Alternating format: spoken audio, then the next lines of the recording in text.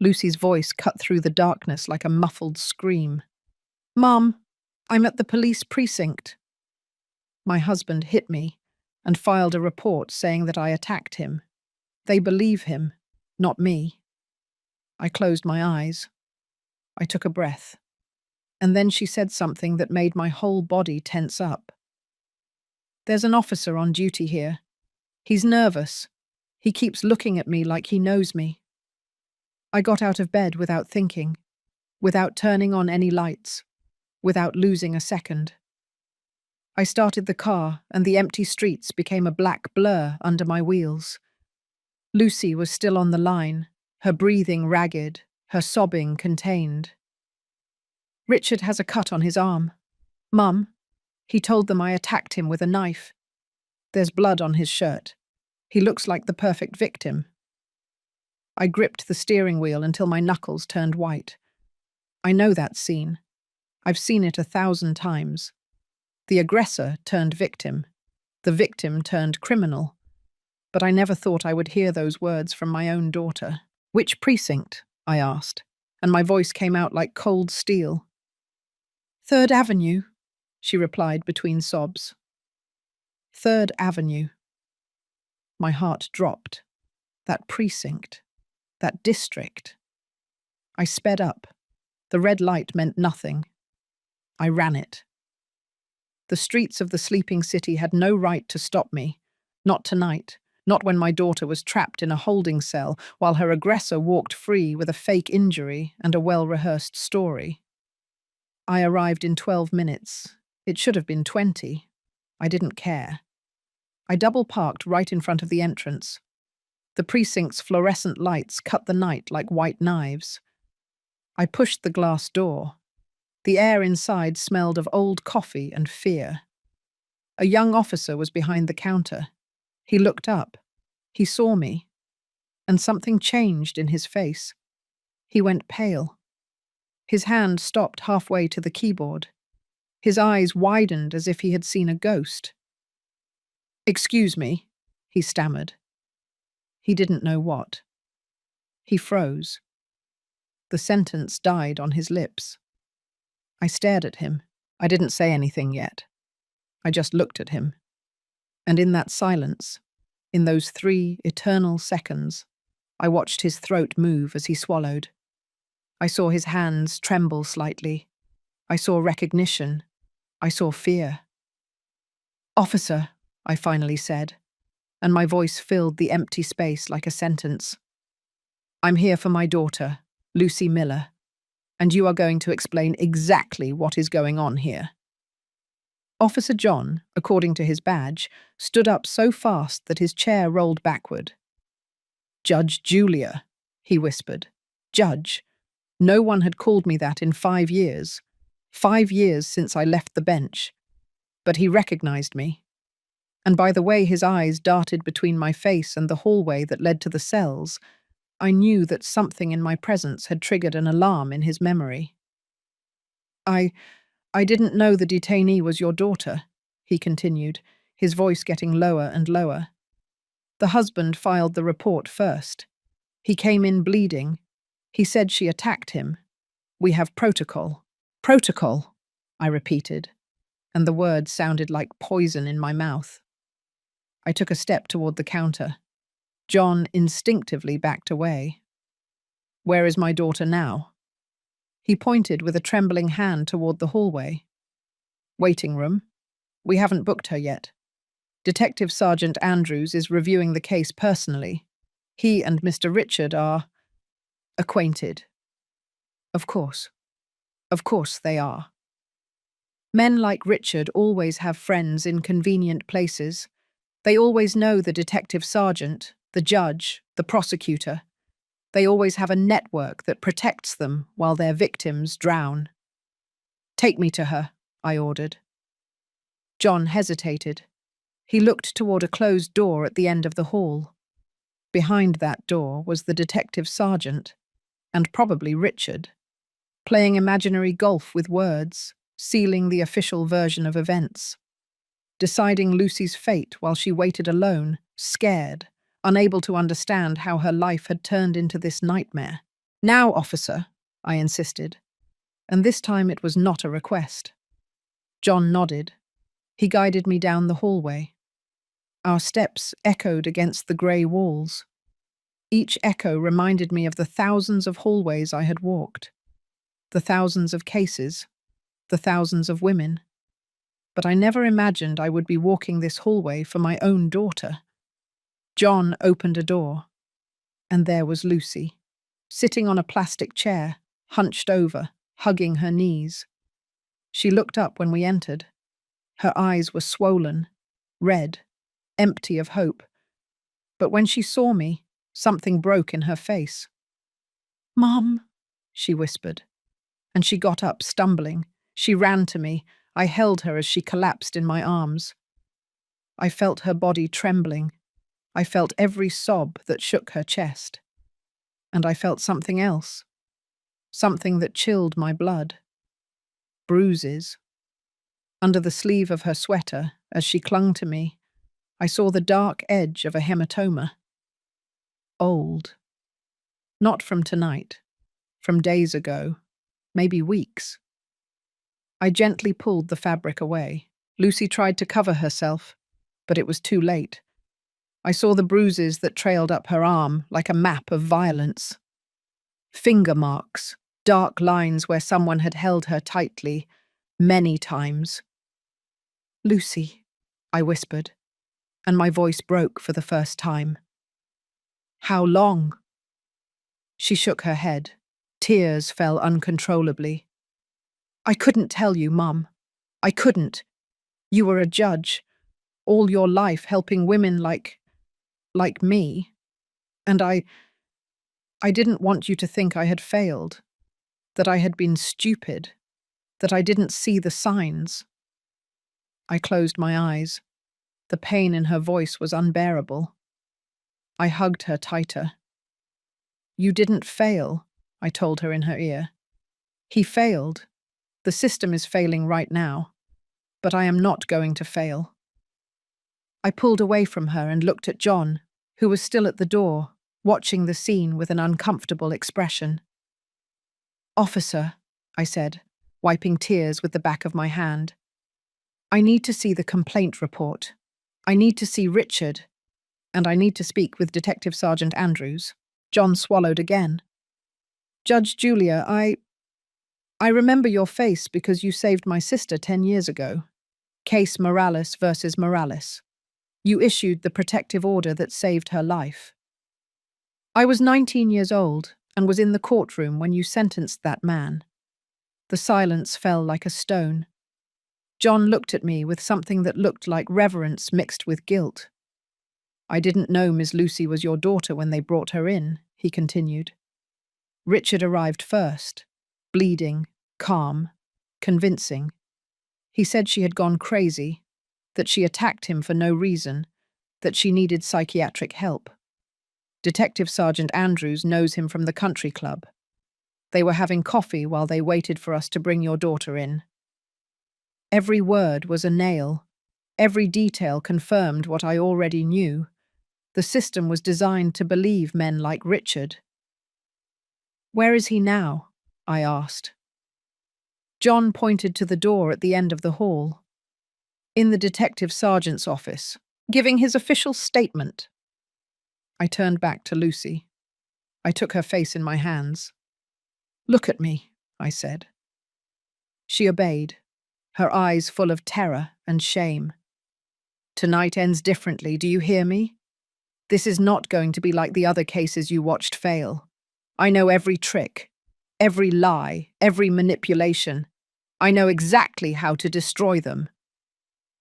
Something shifted in her gaze, a small flicker, hope fragile as glass.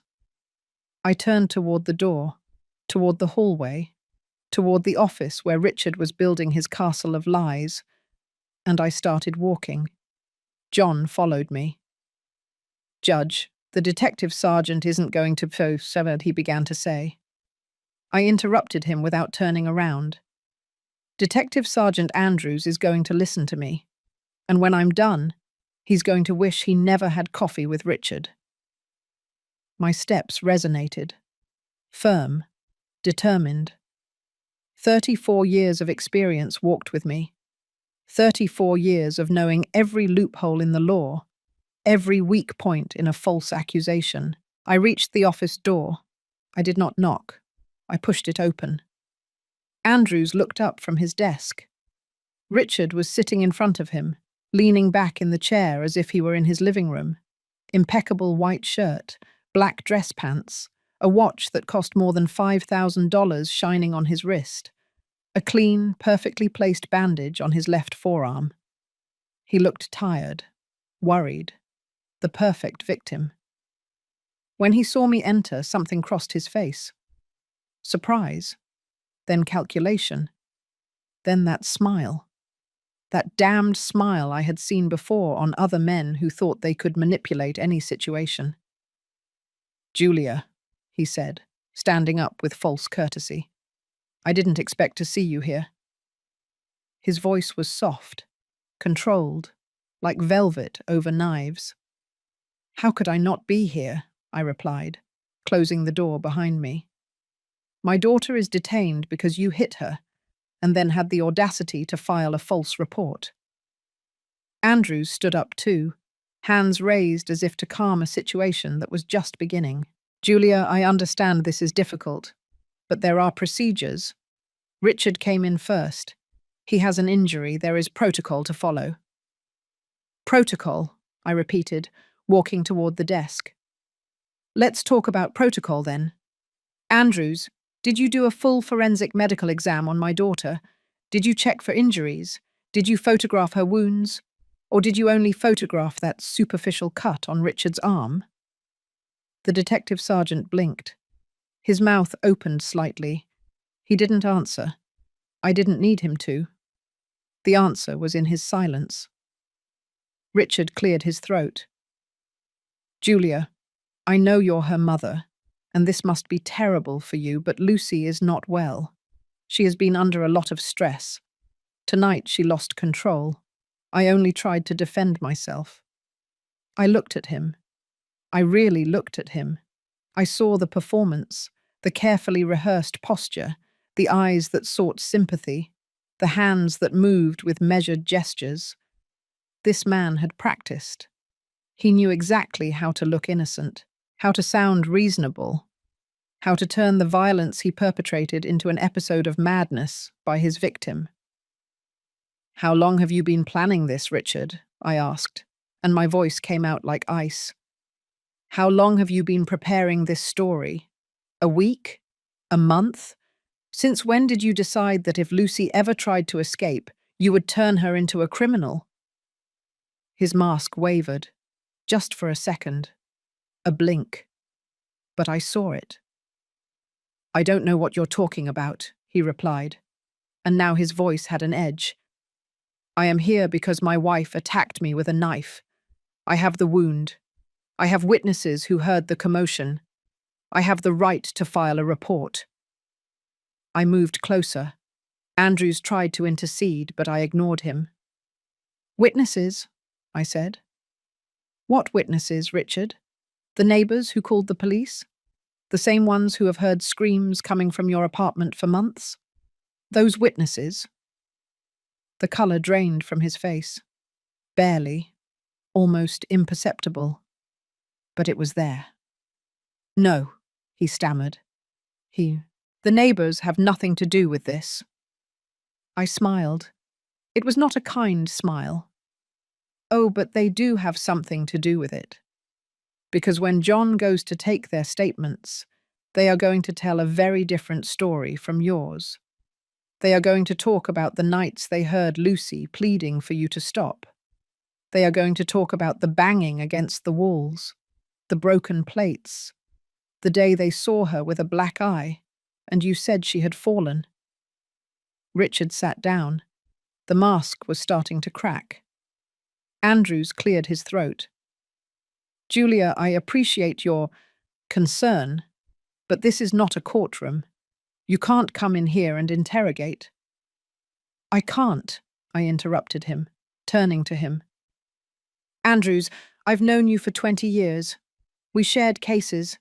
We worked together when you were just an officer, so I'm going to tell you something I hope you remember. If you process my daughter without doing a complete investigation, without examining her, without taking statements from all the witnesses, I am going to sue you personally. And then I am going to make sure that every judge, every prosecutor, every officer in this city knows that you let your friendship with an aggressor cloud your judgment. The silence in that office was absolute. Andrews looked at me with wide eyes. Richard had lost all composure. His jaw was tense. His hands were gripping the arms of the chair. "This is intimidation," he hissed. "This is justice," I replied calmly. "Something you have avoided for a long time." I turned to John, who was still at the door. "Officer, I need you to do something for me. I need you to take Lucy to the hospital right now. Full forensic medical exam, photographs of all her injuries, detailed medical report." John looked at Andrews, seeking approval. The detective sergeant was paralyzed. He didn't know what to do. His friend from the country club was being dismantled in front of his eyes. His convenient version of events was crumbling. "Do it," he finally said, his voice weak. John nodded and quickly left. Richard stood up abruptly. "This is ridiculous. I am the victim here. I have a real wound. Lucy is making it up." "Making up what?" I interrupted him. "The bruises that are weeks old, the ribs that are probably fractured, the burns on her back." I watched his eyes widen. I had said too much. I mentioned the burns, something he thought no one knew, something Lucy had hidden even from me until tonight. "How?" he started to ask, but stopped. Too late. Andrews had also noticed it. "Burns?" the detective sergeant asked slowly. Richard quickly regained his composure. "I don't know what she's talking about. She's inventing things to protect her daughter." But the crack was there, and I was going to turn it into an abyss. I pulled out my phone. I dialed a number I hadn't used in months. She answered on the third ring. "Elaine," I said. "My older daughter, Lucy's sister." "Mum, what's wrong? It's 3 o'clock in the morning." Her voice sounded sleepy, confused. "Elaine, I need you to come to the 3rd Avenue precinct. Now. Lucy is here. Richard hit her and filed a false report. I need you to bring something." There was a silence. Then I heard movement. Sheets. Quick steps. "What do you need?" she asked, and now her voice was steel. "The flash drive. The one Lucy gave you 2 months ago. The one she asked you to hold on to." Another silence. This one heavier. "Mum, how do you know about that?" "Because I know my daughter," I replied.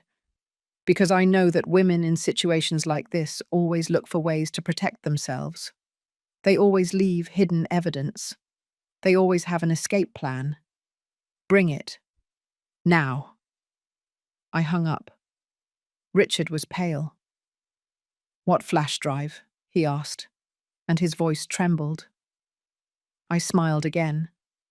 "The one that contains the recordings. Richard, the recordings Lucy made over the last 3 months. Every time you threatened her. Every time you hit her. Every time you told her that no one would believe her over you. It was a bluff. I didn't know for sure if that flash drive existed, but I knew the pattern. I knew how survivors work. And I knew Lucy. My daughter was smart. Scared. Yes. Trapped. Yes. But smart. And by the way Richard had just lost all the colour in his face, I knew I had guessed right. That's illegal," he stammered. "Recording without consent it's admissible evidence in domestic violence cases," I interrupted him. "You would know that if you had paid attention to the laws instead of looking for ways to break them." Andrews slumped into his chair. He was finally understanding. He was finally seeing what was in front of him. A man who had orchestrated everything, who had cut himself, who had arrived first to control the narrative, who had connections to ensure his version was the official one. "Richard," the detective sergeant said slowly, "I think you need to call your lawyer." Richard looked at him with disbelief. "What?" "Andrews. We're friends. We play golf every Thursday. You know my character. You know I wouldn't—" "I don't know anything," Andrews interrupted him, and for the first time that night I heard real authority in his voice. "And that's the problem." The door opened. John entered quickly. "Detective Sergeant, the ambulance is here to take Miss Lucy to the hospital. The paramedics say she has visible signs of trauma, bruises in different stages of healing, possible fractured ribs, ligature marks on her wrists." Every word was a hammer. Richard sank into his chair. His perfect world, his perfect plan, was disintegrating. "Also," John continued, looking at me briefly, "the neighbors from apartment 203 and 205 are here. They said they heard the radio call and want to give their statements. They say it's important." Andrews nodded. "Send them in." Two people entered. An older woman in a housecoat and a tired-looking man in his 50s. I vaguely recognized them. They must live in the same building as Lucy. "Officers," the woman said, without preamble, "we've come to tell the truth. That man," she pointed at Richard, "has been abusing that poor girl for months. We've heard everything. The screams, the banging, the pleas. We called the police 3 times, but whenever you arrived, he'd say everything was fine and you'd leave." The man nodded. "Tonight was different. We heard glass break. We heard Lucy screaming that he was going to kill her. Then silence. Then we saw him leave with his arm bleeding, but walking calmly like nothing.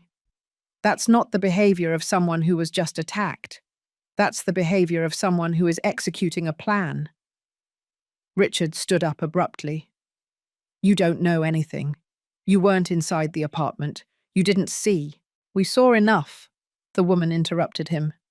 "And this time we're not going to be silent." Richard opened his mouth to respond, but Andrews raised his hand. "Enough." The detective sergeant rubbed his temples. He seemed to have aged 10 years in the last 20 minutes. "John, take the full statements of these witnesses, every detail, every date they remember, every call they made." He turned to Richard. "And you stay here. You're not going anywhere until this is cleared up." I watched Richard's mask finally crumble completely. The elegant composure evaporated. "This is a conspiracy," he spat. "All of you are against me because she—" He pointed a trembling finger at me. "She's a former judge. She has influence. She's manipulating you." "No," I said with icy calm. "You are the one who manipulates. I am only exposing the truth." I left the office. I didn't need to see more. Richard could shout all he wanted. His words no longer held power. The evidence would speak for him, and evidence never lies. I walked down the hallway to where they had taken Lucy. Paramedics were loading her onto a stretcher. She looked so small, so fragile. I approached and took her hand. "I'm going with you," I told her. She nodded, squeezing my fingers tightly, like when she was a child and was afraid of thunderstorms. The hospital was 12 minutes away. Lucy didn't speak during the ride. She just stared at the ceiling of the ambulance with empty eyes. I held her hand the whole way. The paramedic, a young man in his 30s, checked her vital signs with a serious expression. "How long?" he asked me in a low voice. I didn't need to ask what he meant. "I don't know," I replied honestly. "Months. Maybe more than a year."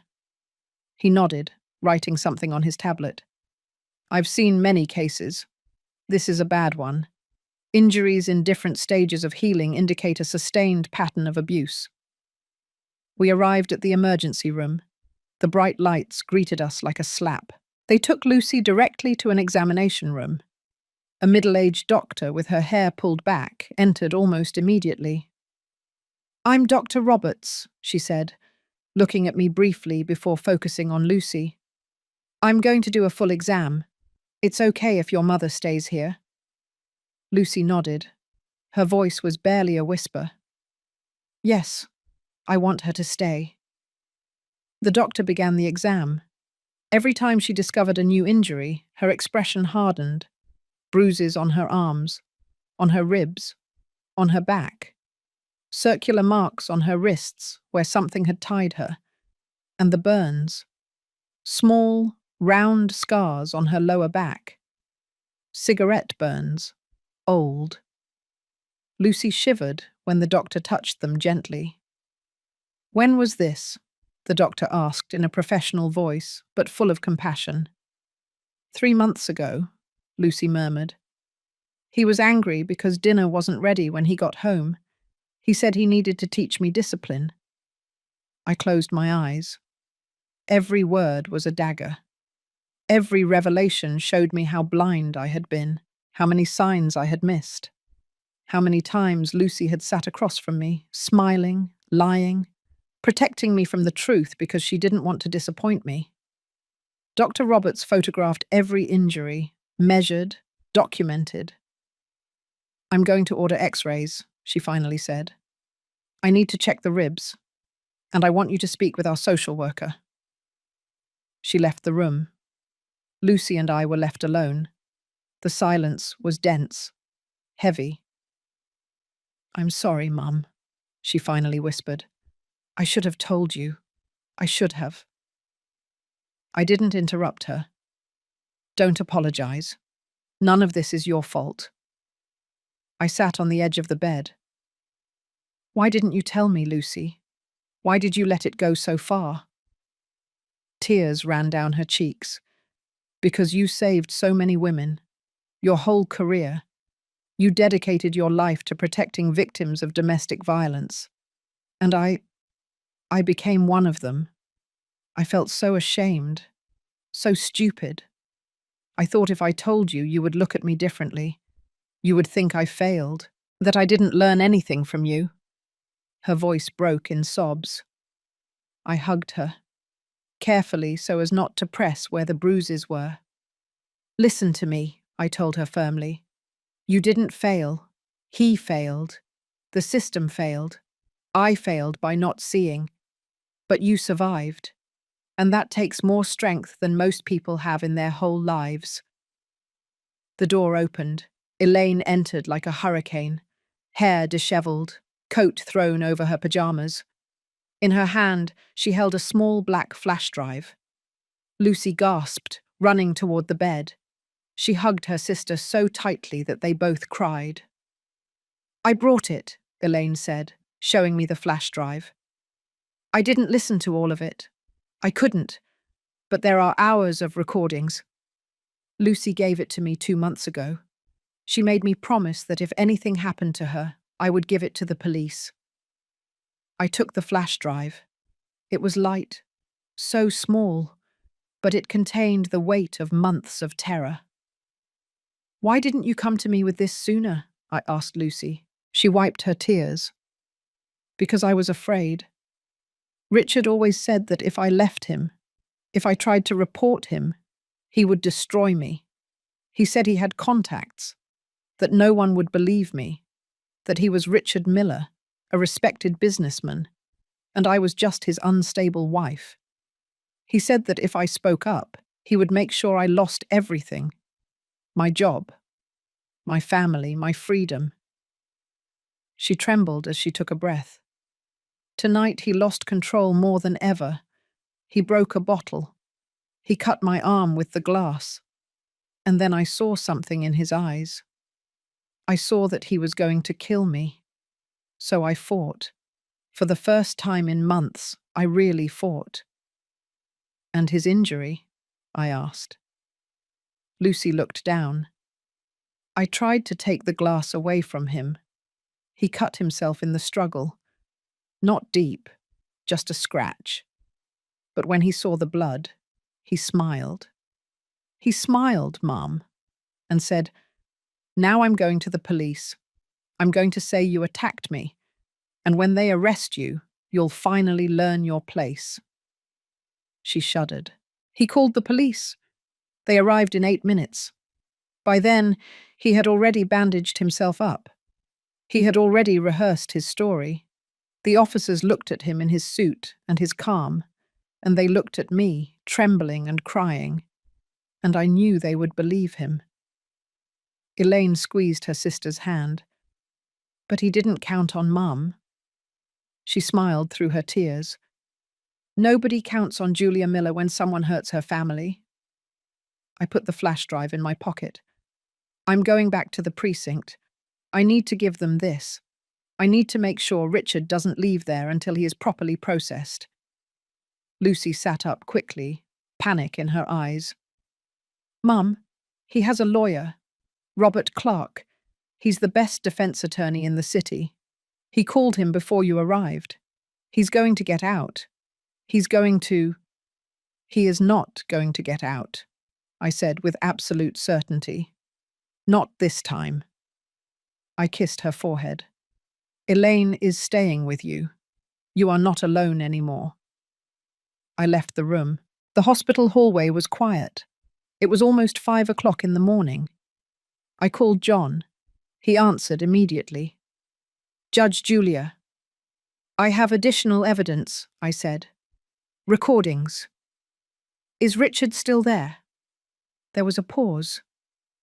"Yes, his lawyer, Robert Clark, arrived 20 minutes ago. He is demanding that we release his client. He says there is no probable cause, that Richard's injury is sufficient evidence of assault, and that the neighbors' testimonies are circumstantial." Of course, Robert Clark. I knew him. Elegant, expensive, immoral. He defended anyone who could afford his $1,000 per hour fee. "Tell Andrews I'm on my way. Tell him not to process anything until I get there." I hung up. The dawn was beginning to break on the horizon. I got into my car. The streets were starting to wake up. Early morning workers, delivery trucks, the city coming back to life.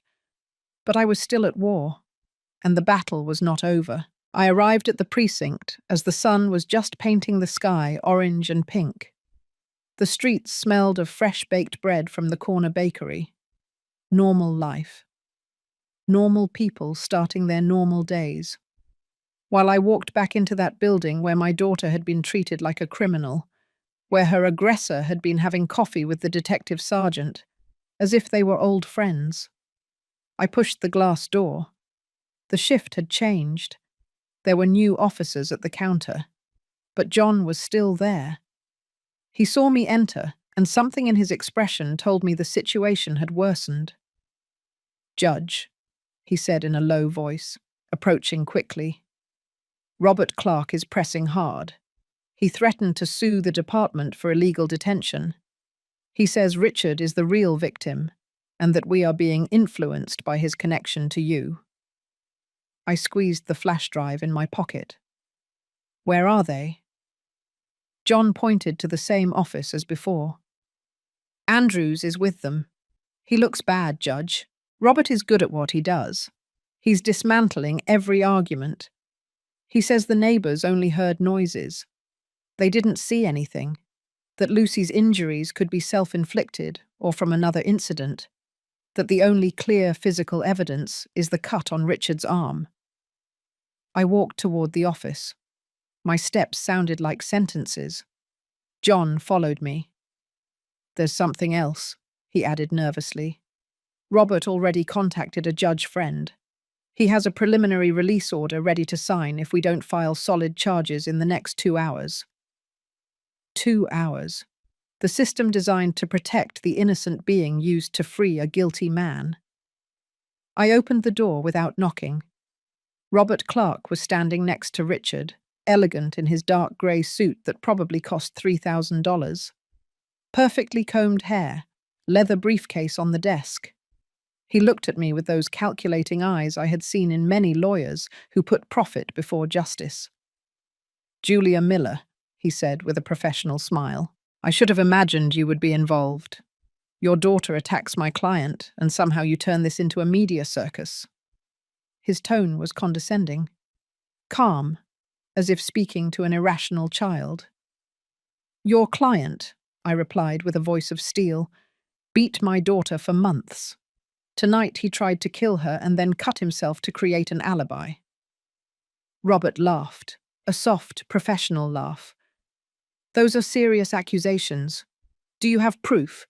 Because I have an injured client, a wife with a history of erratic behavior, according to him, and zero forensic evidence to back up your narrative."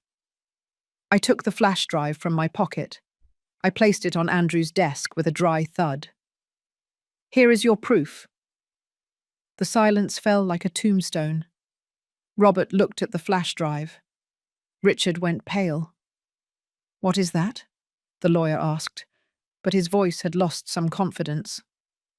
"Recordings," I said. "Months of recordings that Lucy made secretly. Every threat, every blow, every time your client told her that if she left him, he would destroy her. Every time he told her that no one would believe her because he was Richard Miller and she was nobody." Richard stood up abruptly. "Those recordings are illegal.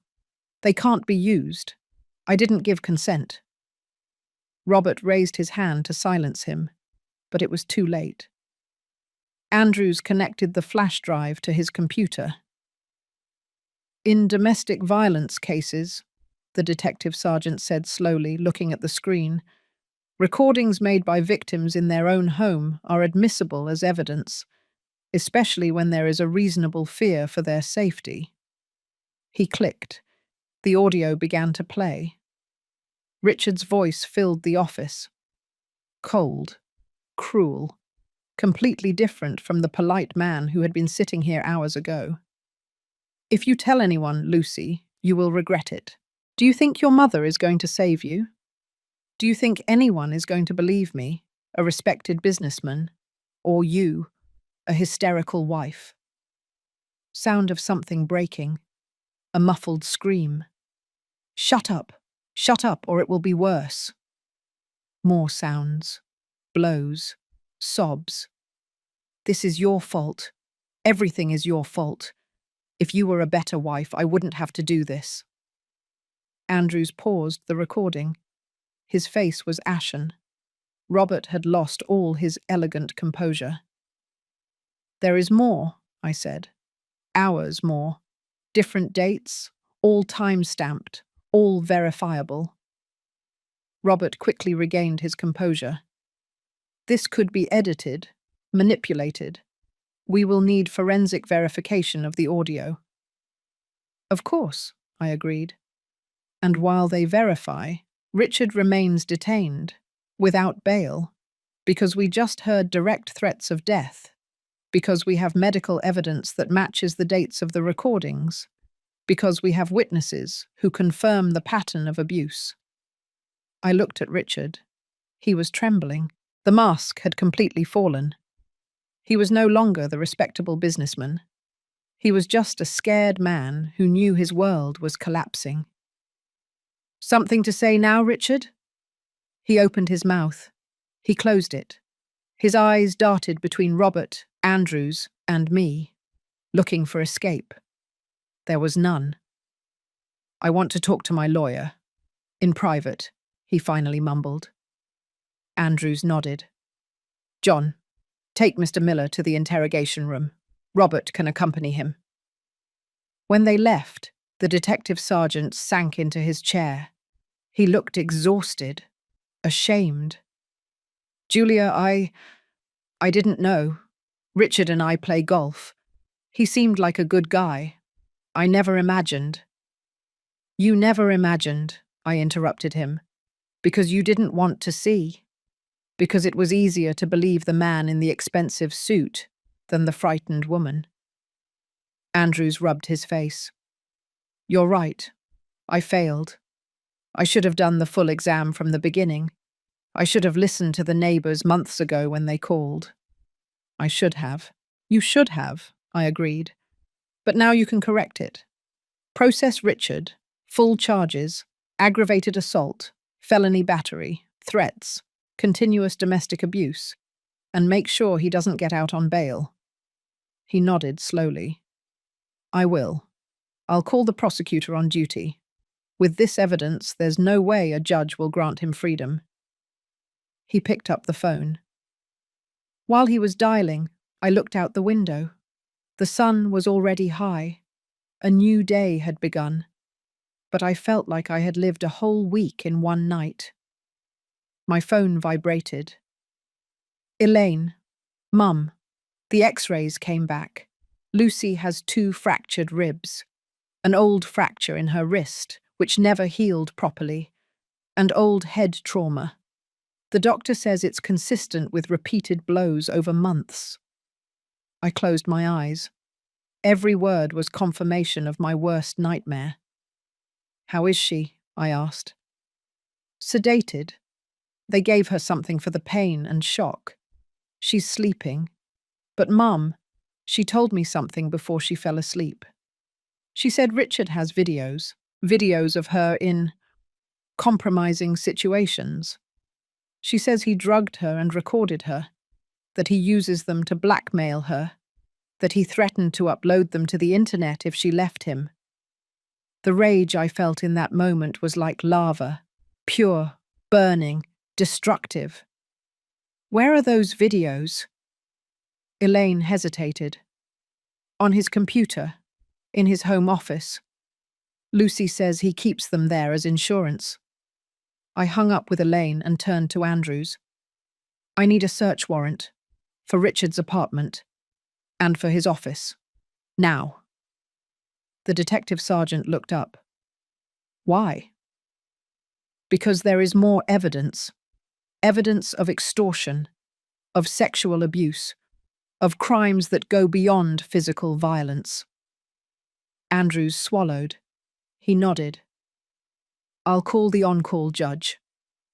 30 minutes later, we had the warrant. John and 2 other officers were preparing to go to the apartment. I'm going with you, I said. John seemed to hesitate. Judge, technically you are an interested party. Your presence could compromise. I don't care, I interrupted him. That is the house where my daughter was tortured. I'm going. He didn't argue anymore. We got into the patrol cars. The building where Lucy had lived her nightmare was 15 minutes away. A nice, modern building, with a doorman and gardens. No one would imagine the horrors that occurred behind closed doors. The doorman recognized us. His expression was uncomfortable. Are you going to Richard Miller's apartment? He asked. John nodded. We have a search warrant. The doorman lowered his voice. That poor lady, Miss Lucy, always so kind, always smiling. But I knew. Doormen always know. We'd see her go in happy and come out with red eyes. How he would treat her sweetly in public, but look at her coldly when he thought no one was watching. He gave us the master key. We went up in the elevator. 12th floor, apartment 1203. The door opened, revealing an impeccable space, elegant furniture, art on the walls, a beautiful view of the city, a gilded cage where Lucy had been a prisoner. I entered the apartment, and the smell of expensive cologne hit me. Everything was tidy, too tidy, like a stage set up to impress visitors. Abstract paintings on the walls, beige rug without a single stain, cream leather sofa that probably cost $10,000. But I didn't see luxury. I saw a prison. I saw the place where my daughter had suffered in silence, while the outside world thought she had a perfect life. John and the other officers began the systematic search. The office is this way, I said, remembering the few times I had visited this place. Lucy always insisted on meeting at my house. Now I understood why. Richard's office was exactly as I imagined, dark wood desk, shelves full of books he probably never read, framed diplomas on the wall, photographs of him shaking hands with important people, politicians, businessmen, judges, a carefully cultivated network of power. John turned on the computer. It was password protected. "We'll need technical assistance to," he started to say. "Try his date of birth," I suggested. Men like Richard were predictable, arrogant. They thought no one would dare invade their space. John tried. It didn't work. Wedding anniversary. Not that either. Then I remembered something Lucy had mentioned once. Try the name of his company, followed by the year he founded it. John typed. The computer unlocked. Of course. For Richard, his business was more important than any human relationship. He began to review files, meticulously organized folders, contracts, financial documents, and then he found it. A hidden folder, no name, just a symbol. John clicked. My stomach churned. Videos. Dozens of videos. Dates going back more than a year. Don't open them, I said quickly. Just document that they are there. We need to preserve the chain of custody. This is going to trial. John nodded, taking pictures of the screen. He called the cybercrimes unit. I need you to come here. We have sensitive digital evidence. While we waited, I continued exploring the office. I opened drawers, filing cabinets. In the third desk drawer, I found something that chilled my blood. A thick manila folder. I opened it. Photographs. Photographs of Lucy taken without her knowledge, in the shower, sleeping, changing clothes, and something else. Documents. Lucy's private medical records that Richard had obtained illegally, reports from her work, psychological evaluation that he had manipulated to make her look unstable. "John," I called. He approached. I showed him the contents of the folder. His expression darkened. "This is systematic harassment, illegal surveillance, identity theft.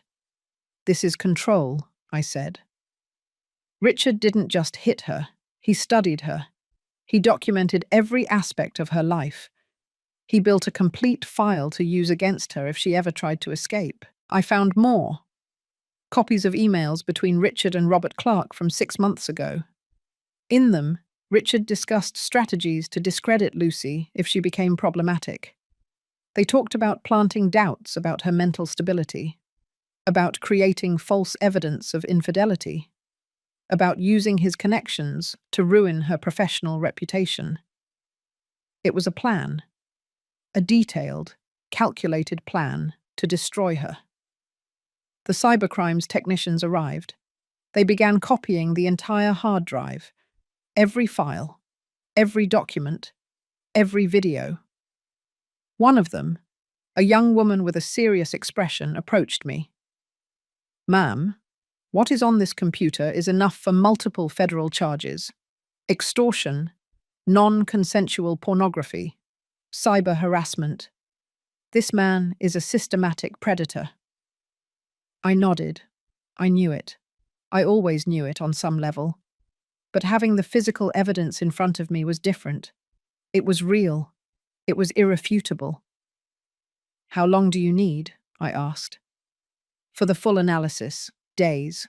But to extract the basics and file initial charges, a few hours." I left the office. I needed air. I walked toward the balcony. The view was beautiful. The city stretched out like a living map. From up here, everything looked neat, perfect. But I knew the truth. Behind every window, every door, there were stories, some happy, others dark, like Lucy's. My phone vibrated. Andrews. "Julia, Richard is demanding to see a judge. Robert is filing a motion for habeas corpus. He says the detention is illegal." I smiled without humor. "Tell Robert that we have additional evidence, videos, documents, a premeditated plan of abuse and extortion, and that in the next few hours, his client is going to face federal charges in addition to the state ones. There was silence on the other side. Then Andrews sighed. Richard just broke.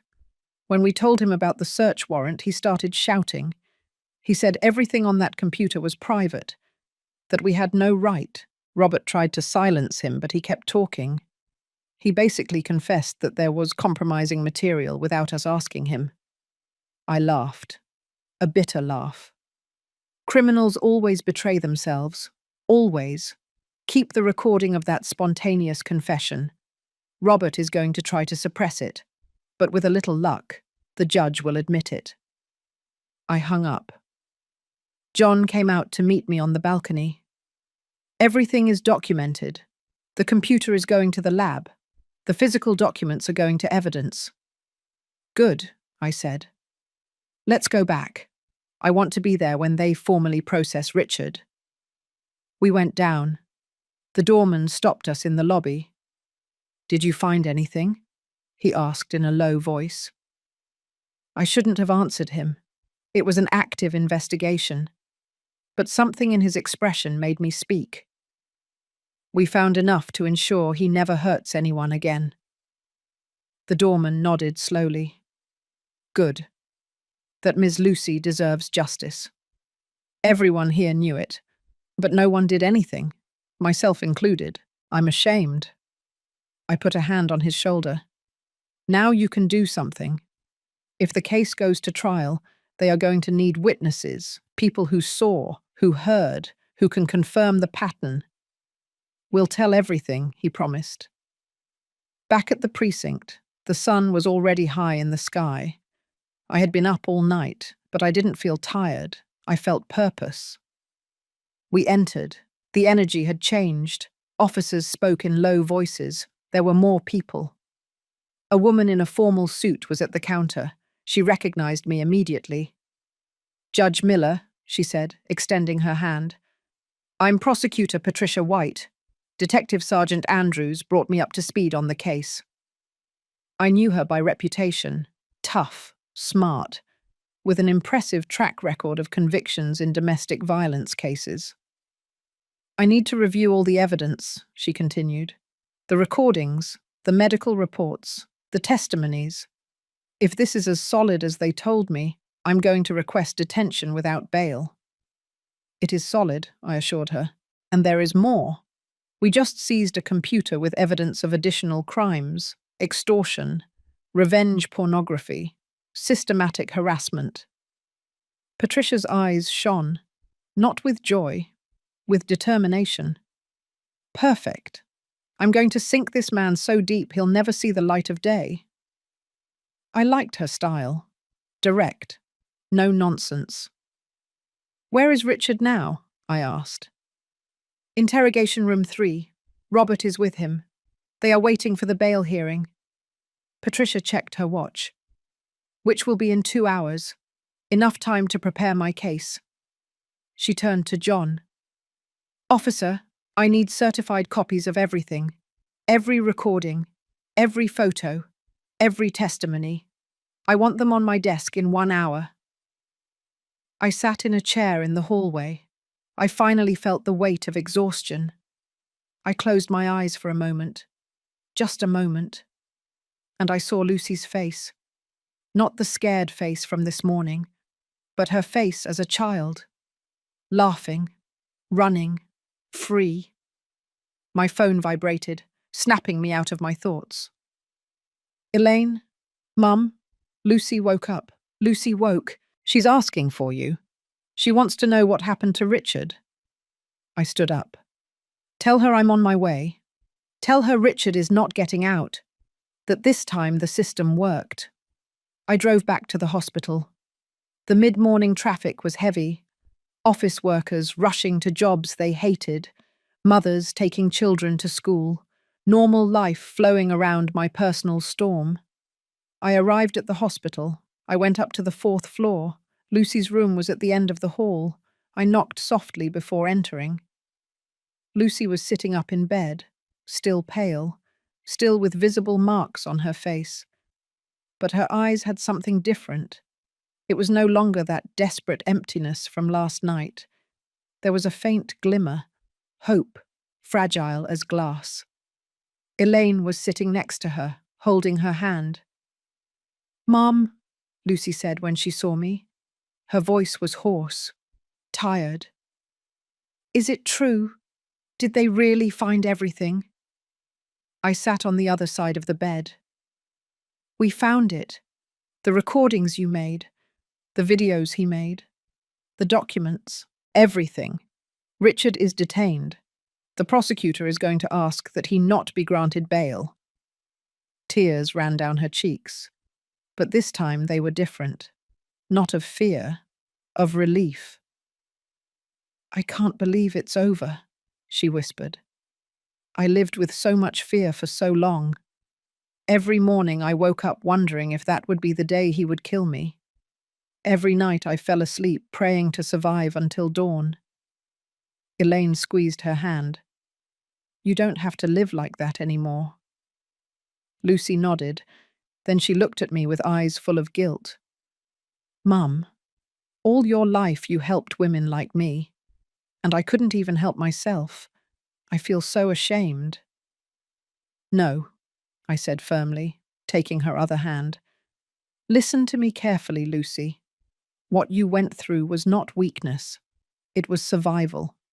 You did what you had to do to stay alive. You recorded evidence. You gave it to Elaine. You planned your escape even when it seemed impossible.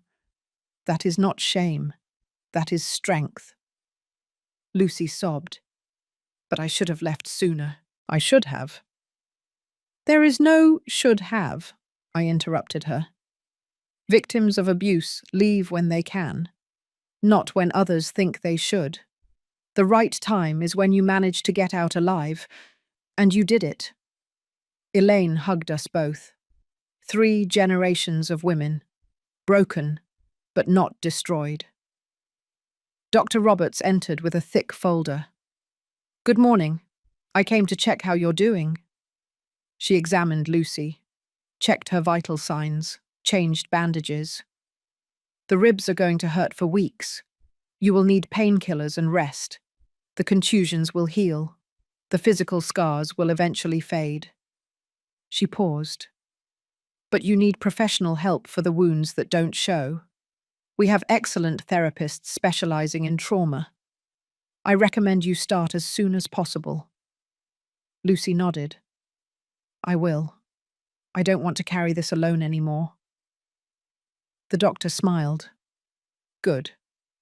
I also spoke with social workers. There are safe shelters if you need a place to stay while you reorganize your life. Restraining orders. Free legal assistance. You are not alone in this." She handed her a list of resources, emergency numbers, support groups, crisis hotlines available 24 hours. "Thank you," Lucy said in a low voice. The doctor left. The silence filled the room. A different silence, not heavy with fear, but loaded with possibility, with future. My phone vibrated. John. "Judge, the bail hearing starts in 30 minutes. Patricia is ready. She's coming." "I'm coming," I replied. I looked at Lucy. "The bail hearing is in half an hour. Do you want me to stay here with you, or do you want me to go and make sure they don't release him?" Lucy took a deep breath. "Go. I need to know he's not getting out, that he's not coming to find me." I kissed her forehead. "He is not getting out. I promise you." Elaine accompanied me to the elevator.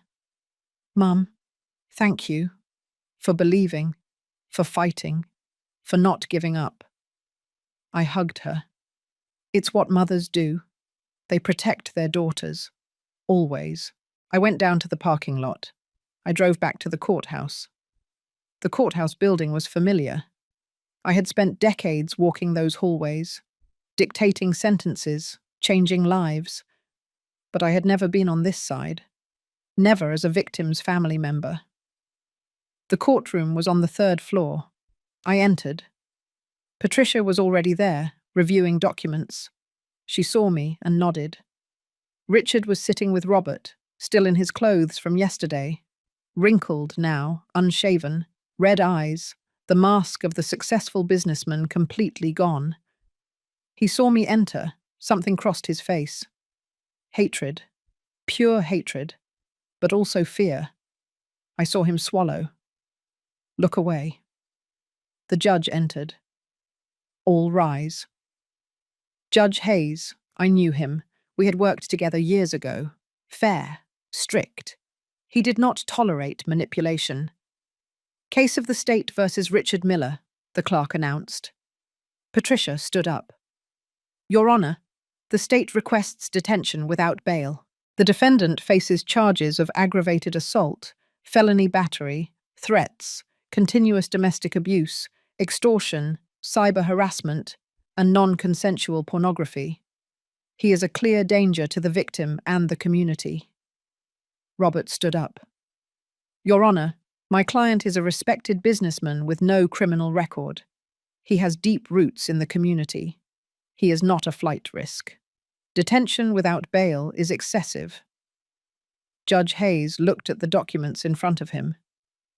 Prosecutor, do you have evidence to support these charges? Patricia opened her briefcase. I have audio recordings where the defendant explicitly threatens the victim. Medical reports documenting injuries in different stages of healing consistent with prolonged abuse. Testimonies from neighbours confirming the pattern. Digital evidence seized from the defendant's residence showing premeditated planning of abuse and extortion. And forensic photographs taken this morning showing the severity of the most recent attack. The judge held out his hand. Patricia handed him a folder. He began to review. The silence in the room was absolute. Only the turning of pages could be heard. Judge Hayes looked up. His expression was severe. Mr. Miller, please stand. Richard stood up. He was visibly trembling. I have reviewed the preliminary evidence presented by the prosecutor. It is one of the most exhaustive and disturbing compilations I have seen in domestic violence cases. He paused. The recordings alone are sufficient to deny bail. The explicit death threats, the documented pattern of coercive control, the evidence of planning to discredit the victim if she sought help. All of this paints the portrait of an extremely dangerous individual. Robert tried to interrupt. Your Honour, those recordings could be edited. The judge raised his hand. Defense counsel, you will have time to challenge the evidence at trial, but for the purposes of this bail hearing, I find sufficient probable cause. He turned to Richard. Mr. Miller, bail is denied. You will remain detained in the county jail until trial. Furthermore, I am issuing a permanent restraining order. You cannot approach within 500 yards of the victim, her family, her workplace, or her residence. Any violation will result in additional charges. Richard collapsed. He literally collapsed. His legs gave out. Robert had to support him. No, no, no, he mumbled. This can't be happening. I'm Richard Miller. I have rights. I have connections. This is a mistake. The judge slammed the gavel. Officer, remove the defendant. 2 guards approached. They handcuffed Richard. He kept muttering, denying, his perfect world built on lies and control, finally collapsing. They took him out of the courtroom. His protests faded down the hall. Patricia approached me. It's a good start. Now comes the hard part, building the case for trial. But with all this evidence, I'm confident. I left the courtroom feeling something I hadn't felt in hours. Relief. It wasn't victory yet. The trial would come. Richard's lawyers would try every trick. But for now, Lucy was safe. Richard was behind bars where he belonged. I walked through the courthouse hallways. I passed in front of rooms where I had dictated hundreds of sentences. I saw my reflection in a window. I seemed to have aged 10 years in one night, but my eyes had fire. Purpose. It wasn't over. I called Elaine. Richard won't get out. The judge denied bail. I heard a gasp of relief, then tears. Lucy is crying, but with happiness. She says that for the first time in 2 years, she can breathe. My phone vibrated again. Unknown number. I hesitated. I answered. Judge Miller. It was a woman's voice, young, trembling.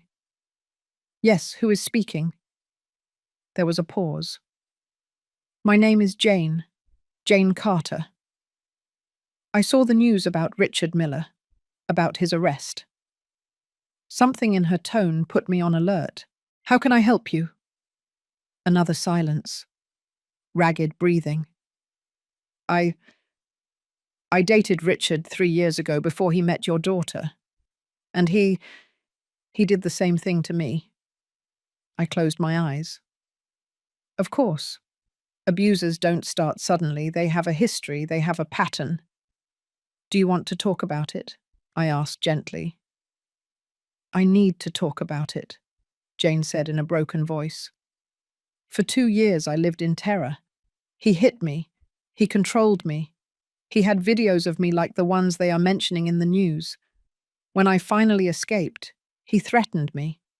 He said that if I spoke up, he would destroy my life. And I believed him. He had money, contacts, power. So I kept quiet. I moved to another city. I changed my number. I tried to forget. Her voice broke. But I never forgot. And when I saw that Richard was arrested, that finally someone believed one of his victims, I knew I had to speak up. I can't let him walk free. I can't let him do this to another woman. Jane, I said firmly, your testimony could be crucial. Would you be willing to testify? To give a formal statement? She hesitated. Will you protect me? Richard has friends, powerful people. If they know I spoke, we will protect you, I promised. And you are not alone. There are other victims. Together you are stronger than any connection Richard has. Jane took a deep breath. Okay, I'll do it. For your daughter. For me. For all the women he hurt. I gave her Patricia's number. I told her to contact her immediately. I hung up feeling chills. How many more were there? How many women had Richard destroyed before Lucy? I returned to the hospital. Lucy was sleeping. Elaine was reading in the chair next to the bed. How was it? I asked in a low voice. Quiet. After you told her about the bail, she finally relaxed. The doctor says she can leave tomorrow if the control x-rays look good. I sat down. I watched her sleep. My girl, who had grown up too fast, who had suffered too much, but who had survived. My phone vibrated again. Patricia. Julia, I just spoke with Jane Carter. Her testimony is gold. It establishes a pattern of behavior. It proves that Richard is a repeat offender. This greatly strengthens our case. I smiled. Are there more? I asked, although I feared the answer. 2 more women called after seeing the news, Patricia replied, both with similar stories. Richard met them, seduced them. Then the cycle of abuse began. Control, violence, threats, extortion with intimate material. The exact same tactics. I felt nauseous. 5 known victims. How many more were too afraid to speak? We need to gather them, I said. All together. Let them know each other. Let them know they are not alone. Patricia agreed. I'll organize a meeting. But Julia, there's something else. Robert Clark resigned from the case. I straightened up. What? He just filed a formal withdrawal. He says he has a conflict of interest. That was unexpected. Robert never abandoned high-profile cases. He loved the attention, the money. Why? I asked. Patricia laughed without humor. Because one of the videos on Richard's computer implicates him. Apparently, Robert knew about the intimate material. In fact, he helped Richard create the extortion plan. He is cited in emails discussing strategies to silence victims. My jaw clenched. So Robert is an accomplice. Exactly. And now he faces his own investigation by the Bar Association. He could lose his license. Justice, finally. Who is going to defend Richard now? I asked. They assigned him a public defender, a young lawyer, competent, but without Robert's resources or connections. That was good for us. It meant Richard couldn't buy his way out. He couldn't use influence or money to manipulate the system. The playing field was leveled, vulnerable, like he had made all his victims feel. The following days were a whirlwind. Lucy left the hospital. She temporarily moved in with me. She couldn't go back to that apartment. Not yet. Maybe never. Elaine took time off work to be with her sister. We organized therapy, support groups, safe spaces where Lucy could begin to heal. Patricia organized the meeting with the other victims. It was in a private room at the prosecutor's office.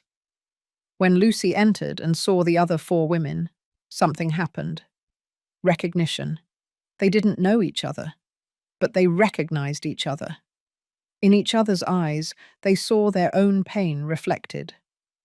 Jane was the first to speak. I thought I was the only one.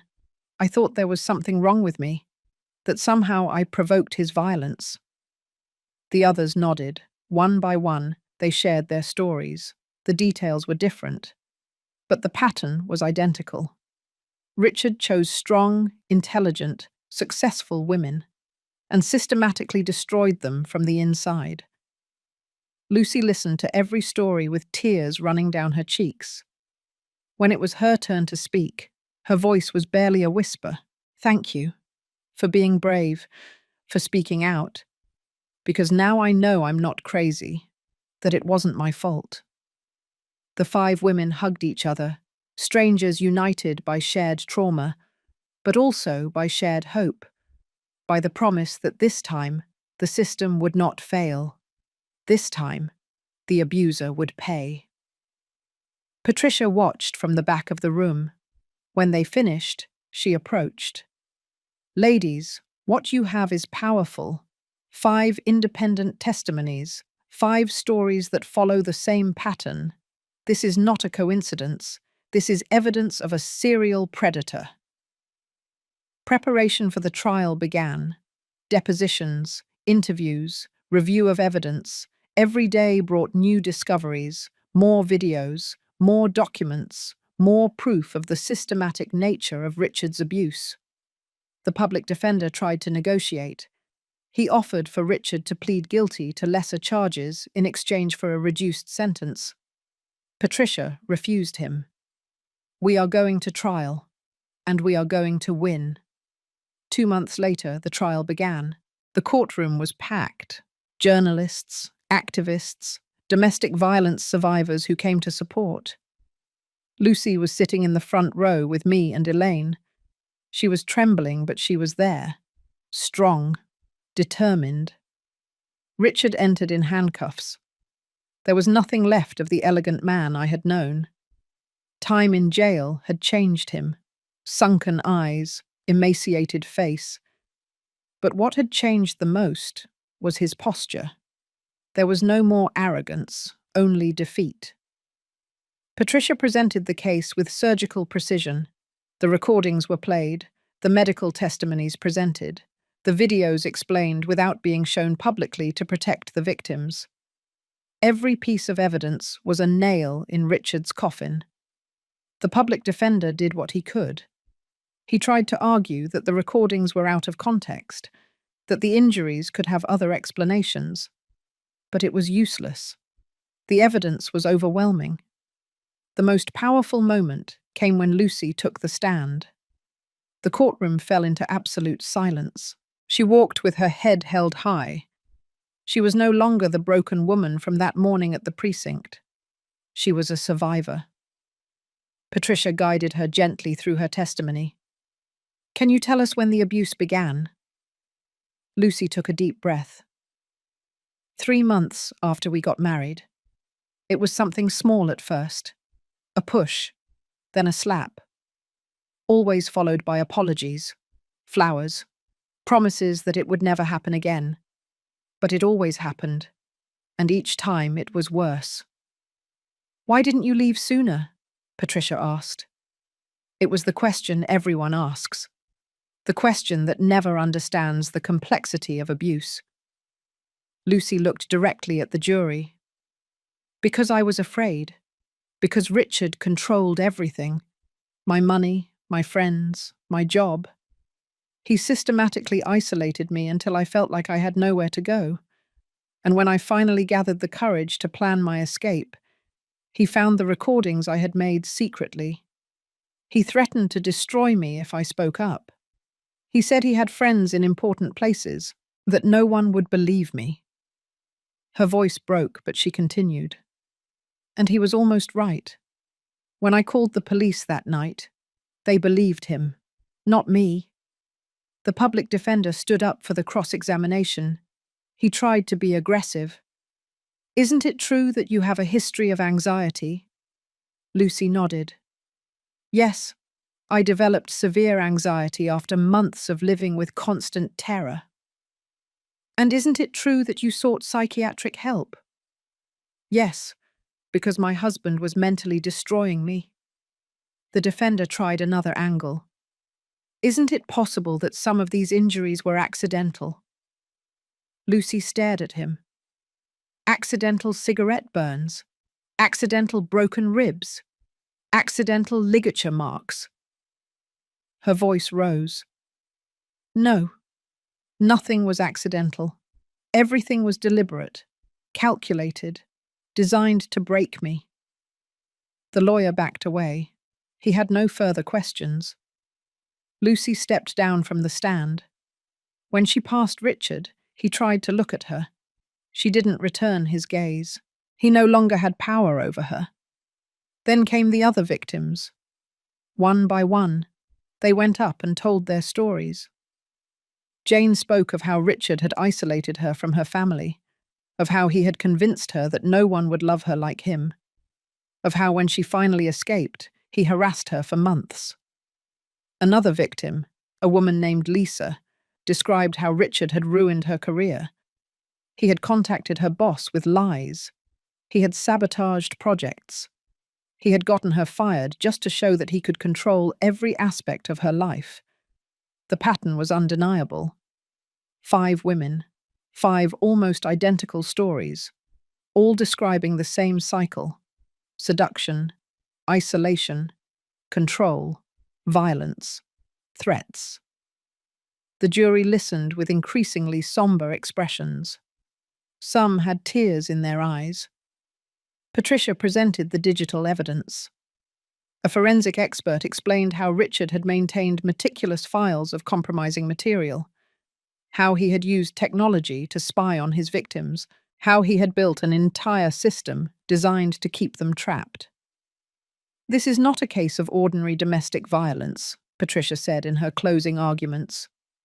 This is the case of a serial predator who used his position, his money, and his connections to systematically victimize vulnerable women. She walked in front of the jury. Richard Miller did not lose control in moments of anger. He exerted absolute control. He planned, he documented. He executed a pattern of abuse that he inflicted on 5 known victims over years. She pointed to the boxes of evidence. The recordings you heard, the medical reports you saw, the testimonies you heard. Everything points to a man who knew exactly what he was doing, and who did it again and again without remorse. She turned to Richard. The defendant had multiple opportunities to stop. Every time a victim escaped, he found another. Every time someone tried to report him, he used his influence to silence them, until that morning, when his plan finally failed. Patricia walked back to the jury. Because this time, the victim had a mother who knew how the system works. A former judge who knew every tactic Richard would try to use, and who was not going to allow another woman to be destroyed. She paused. But it shouldn't be necessary to have a judge as a mother to receive justice. It shouldn't be necessary to have 5 victims speak to be believed. One victim should be enough. One testimony should be enough. And this evidence, she pointed to the boxes again, is more than enough to declare Richard Miller guilty of all charges. The public defender did his best. He argued that Richard had anger management issues, that he needed treatment, not prison, that the circumstances were more complex than they seemed. But his words sounded hollow. He had no answer for the recordings. He had no explanation for the repeated pattern. He had no defense against the mountain of evidence. The jury retired to deliberate. We waited. 3 hours. 4. 5. Every minute felt like an eternity. Lucy squeezed my hand tightly. "What if they find him innocent?" she whispered. "They won't," I assured her. "The evidence is too clear." But deep down, I was afraid. I had seen solid cases crumble. I had seen the guilty walk free. I had seen the system fail too many times. Finally, after 6 hours, the jury returned. We all stood up. The foreman of the jury, an older man with a serious expression, held the paper with the verdict. Judge Hayes spoke. "Has the jury reached a verdict?" "Yes, Your Honor." "How do you find the defendant on the charge of aggravated assault?" The foreman looked directly at Richard. "Guilty." A collective gasp filled the courtroom. "On the charge of felony battery?" "Guilty." "On the charge of continuous abuse?" "Guilty." One by one, each charge was read, and each time the answer was the same. Guilty, guilty, guilty. Richard collapsed into his chair. His lawyer tried to console him, but it was useless. His world had officially ended. Lucy broke into sobs. Elaine hugged her. The other victims in the room were crying, but not out of sadness, out of relief, out of validation, out of justice, finally served. Judge Hayes slammed the gavel. "Sentencing will be set in 2 weeks." We left the courtroom. Outside, reporters waited. Patricia gave a brief statement. Today the system worked. 5 brave women spoke out, and a serial predator was found guilty. This verdict sends a message. Domestic abuse will not be tolerated, no matter who you are, no matter how much money you have. Lucy also spoke, with a trembling but clear voice. "I want other victims to know they are not alone, that their voices matter, that there is justice. It may take time. It may be difficult, but it exists." The 2 weeks until sentencing passed quickly. Lucy began to rebuild her life. She went back to her job. She found a new apartment, small but safe. Elaine helped her move. I decorated with them.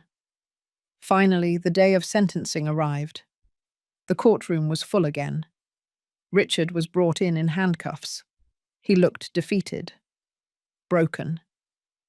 Judge Hayes reviewed the documents. "Mr. Miller, you have been found guilty of multiple serious charges. I have reviewed the pre-sentence reports. I have considered the systematic nature of your crimes, the coldness with which you victimized multiple women over years." He looked directly at Richard. "You used your position and resources to cause immeasurable harm. You destroyed lives. You traumatized women who trusted you. And you did it without remorse." He paused. "Therefore, I sentence you to 25 years in state prison, without possibility of parole for the first 15 years. Furthermore, you must register as a violent offender for life." The gavel fell. Final. Definitive. 25 years. Richard was 42. He would come out an old man, if he came out. Lucy closed her eyes. Tears ran freely, but this time she was smiling through them. Elaine and I hugged her. It was finally over. 6 months later, life had found a new rhythm. Lucy moved definitively into her apartment, a bright place on the 3rd floor with large windows that let in the sun. No shadows, no dark corners where fear could hide. Elaine visited every weekend. They cooked together. They laughed. They healed. I went on Wednesdays. We drank coffee on her small balcony and talked about everything and nothing. Future plans, forgotten dreams that were beginning to revive. One Tuesday afternoon, Lucy called me. "Mom, can you come over? There's something I want to show you." Her voice sounded different, lighter. I arrived in 20 minutes. When she opened the door, she was smiling. A real smile. Not forced, not faked. Real. "Look," she said, leading me to her living room. On the table there were papers. I recognized them immediately. Divorce petition, finally signed, processed, sealed. It arrived today. It's official. I am no longer married to him. She took the papers with hands that no longer trembled. "I'm free, Mum. Legally and officially free." I hugged her. I felt her body completely relax for the first time in years. "I'm so proud of you," I whispered. "Of your strength, of your courage, of how you survived." She pulled away, wiping away happy tears. "I didn't just survive. I'm living, truly living, for the first time since I met Richard." She sat on the sofa. I started writing a book about my experience. Patricia told me it could help other women, that my story could make a difference. She smiled shyly. "I don't know if it will be good, but I need to get it out. I need to turn the pain into something useful." I sat next to her. "It will be more than good. It will be important, because it comes from the truth, from real experience." Lucy nodded. And I started giving talks in women's shelters, at universities, talking about the red flags, about how abuse doesn't always start with physical violence. Sometimes it starts with isolation, with control, with making you doubt yourself. "The other victims are also healing," she continued. "Jane opened a non-profit organization to help survivors. Lisa went back to college. We are all rebuilding, together." She took my hand. "And it all started because you didn't give up. Because when I called that morning, you came. You fought. You didn't let the system fail me." I squeezed her hand. "I did what any mother would do." She shook her head. "No, you did what an exceptional mother does. You used your knowledge, your experience, your strength, and you saved my life." We sat in comfortable silence, the kind of silence that only exists when there are no more secrets, when all the pain has been exposed to the light and is beginning to heal. My phone vibrated. "Elaine." "Are you two together?" "I'm coming over. I have news." She arrived 30 minutes later with a bottle of non-alcoholic wine and a radiant face. "Remember I filed the formal complaint against Andrews?" she asked. We had forgotten. With everything that happened, the investigation against the detective sergeant had been relegated to the background. He was suspended, without pay, full investigation for negligence and favoritism. Other cases are being reviewed, cases where he may have let abusers go because they were his friends. It was justice. Late but real. The system hadn't just failed Lucy. It had failed dozens of women because a man in a position of power had put friendship before duty. "And there's more," Elaine continued. "Robert Clark lost his license, permanently. The ethics board found that he had actively helped cover up crimes, not just with Richard, with other clients too. Wow. The pieces continued to fall into place. Not only the aggressor had paid, his facilitators also faced consequences. It should have been that way from the beginning, but better late than never. We drank coffee. We ate cake that Elaine had brought. We talked about normal things, movies, books, plans for the holidays. For the first time in years, we were just a family, without crisis, without fear, just women who loved each other sharing a quiet afternoon. As the sun began to set, I walked toward the balcony. I looked at the city spreading out toward the horizon, lights beginning to turn on, life continuing in millions of windows. I wondered how many of those windows hid the kind of horror Lucy had lived through. How many women were out there right now, scared, trapped, not knowing there was a way out. Lucy joined me. "What are you thinking about?" she asked. "About all the others," I replied honestly. "About the women who don't have a former judge as a mother, who don't have sisters who hide evidence, who are alone facing what you faced." Lucy looked toward the city too. "That's why I'm writing the book. That's why I give talks. Because I want them to know they are not alone, that there is help, that there is hope." She turned to me. "Do you know what the strangest thing is? For months, I thought that if Richard went to prison, I would feel vindicated, victorious. But that's not what I feel." "What do you feel?" I asked. She thought for a moment. "Peace. Just peace. Because I don't have to look over my shoulder anymore. I don't have to pretend anymore. I don't have to live with constant fear that someone will discover my secret." She smiled softly. "I feel like myself again, like the Lucy from before Richard, but stronger, because now I know what I'm capable of. I know I can survive the worst and keep going." I hugged her. My girl who had walked through hell and come out the other side, not without scars. The scars were there. They always would be. But they no longer defined her.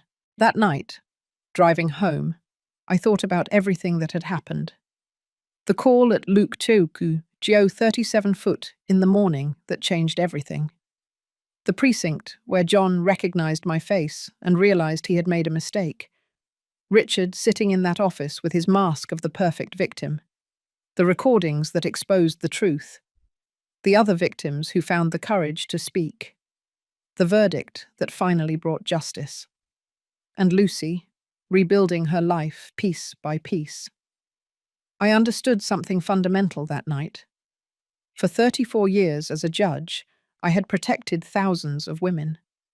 I had dictated sentences, I had issued restraining orders, I had changed lives. But no sentence had mattered as much to me as this one. Because this time it wasn't just a case. It was my daughter, my blood, my heart. And I had learned that knowledge and experience mean nothing if you can't use them to protect those you love. That morning at the precinct, when I pushed open that door and saw the fear in John's eyes, I didn't go in as a judge. I went in as a mother who was not going to allow the system to fail her daughter, a mother willing to fight against every obstacle, every corrupt connection, every manipulation tactic. And in the end, that was enough. Not because I was special, but because the truth is powerful when it is given a voice. I arrived at my house, silent, empty, but not lonely, because I knew that miles away, Lucy was sleeping peacefully for the first time in years. Elaine was planning her next visit. The other victims were still healing, and Richard was where he belonged, paying for every life he had destroyed. I poured myself a cup of tea. I sat in my favorite armchair. I closed my eyes. And I understood the most important lesson of my entire career. It's not about revenge. It was never about revenge. It's about protection, about making sure victims can sleep without fear, about giving them a voice when the world tries to silence them, about being there when the system fails. Because sometimes the system fails, but mothers don't. True protectors don't. And that morning, when my daughter needed me, I was there. And that made all the difference.